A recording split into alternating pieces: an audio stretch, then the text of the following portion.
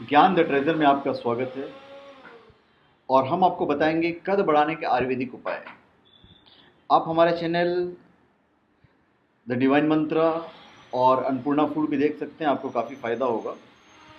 अभी जिन लोगों का कद सामान्य से कम रह जाता है, प्रायः उनमें हीनता की भाव उत्पन्न हो जाती है। यदि ये आनुवंशिक कारणों से है तो आप इसमें अधिक कुछ नहीं कर सकते।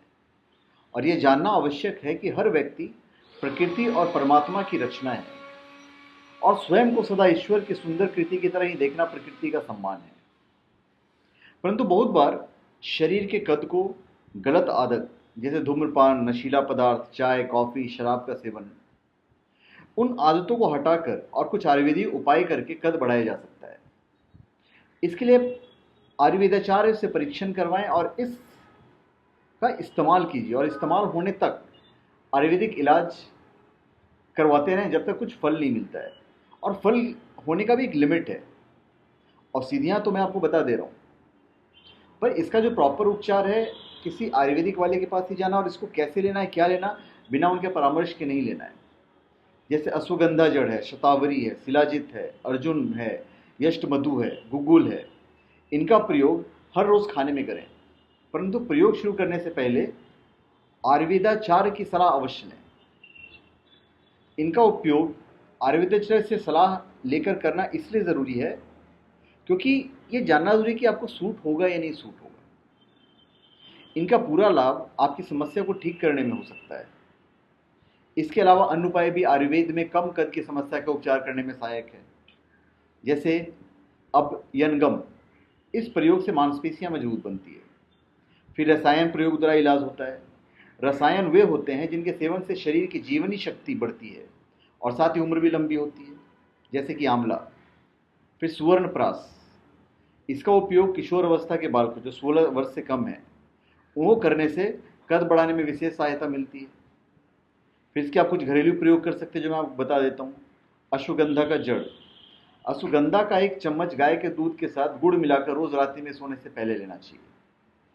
यदि आपकी पाचन शक्ति अच्छी नहीं है या फिर शरीर में पित्त अधिक है तो अश्वगंधा का प्रयोग सावधानी से करें। अच्छा रहेगा कि पहले आप आयुर्वेदाचार्य से सलाह लें। चिकित्सकीय परामर्श बहुत आवश्यक है। अश्वगंधा जड़ और काले तिल का बराबर मात्रा में पाउडर बनाकर खजूर और दूध के साथ लेने से लाभ मिलता है। 2.5 ग्राम अश्वगंधा और इतनी ही मात्रा में काले तिल का पाउडर अच्छी तरह मिश्रित कर लें और इन्हें 5 खजूरों के बीज निकाल कर इनमें भर लें। इनका 1 गिलास दूध के साथ सेवन करें। अश्वगंधा के प्रयोग में आपको सावधानी बरतनी है। अश्वगंधा द्वारा आयुर्वेदिक प्रयोग तभी कारगर होगा यदि आप 45 दिन तक फास्ट फूड, तेलीय पदार्थ और नमकीन और मिठाइयों का परहेज करते हुए प्रयोग करें। परंतु यदि आपकी पित्त प्रकृति है तो यह प्रयोग आपके आयुर्वेदाचार्य की सलाह के बिना नहीं करें। अधिक गर्मी बनने से शरीर को हानि हो सकती है। फिर आहार विहार बहुत इंपॉर्टेंट है, आप क्या खा रहे हैं क्या नहीं खा रहे हैं। विटामिन ए से भरपूर भोजन जैसे हरी सब्जियां, गाजर, पीले फल, टमाटर, इनका प्रयोग प्रचुर मात्रा में करें। पौष्टिक और संतुलित आहार लेने से मांसपेशियां मजबूत होती है। रीढ़ की हड्डी झुकाकर ना बैठे, इसे सीधे यानी खींचा हुआ रखें। रात्रि को पूर्ण विश्राम अवश्य लें। अंधेरे में सोने से शरीर में हार्मोन की सही मात्रा बनती है। शरीर की कदकाठी बढ़ाने वाला ग्रोथ हार्मोन को बनने में गहरी नींद सहायता करती है। फास्ट फूड, तेलीय पदार्थ और नमकीन और मिठाइयों का परहेज करें। धूम्रपान, नशीले पदार्थ, चाय, कॉफ़ी, शराब का सेवन नहीं करें। स्पाइनल स्ट्रेचिंग वाले योगासन अच्छे योगाचार्य से सीखने के बाद अभ्यास करें।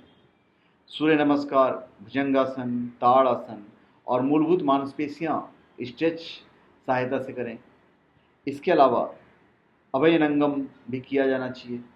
स्ट्रेचिंग की जितने भी एक्सरसाइज हैं वो कीजिए। बदन को खींचना हुआ, चक्रासन हुआ, तो स्ट्रेचिंग वाली सारी चीज़ें करें, आपकी हाइट बढ़ने के चांस रहेंगे। बाकी जो आयुर्वेदिक की चीज़ें हैं वो मैंने आपको बता दी है। तो धन्यवाद। आप हमारे चैनल पर सब्सक्राइब करें और अपने कमेंट दीजिए। धन्यवाद।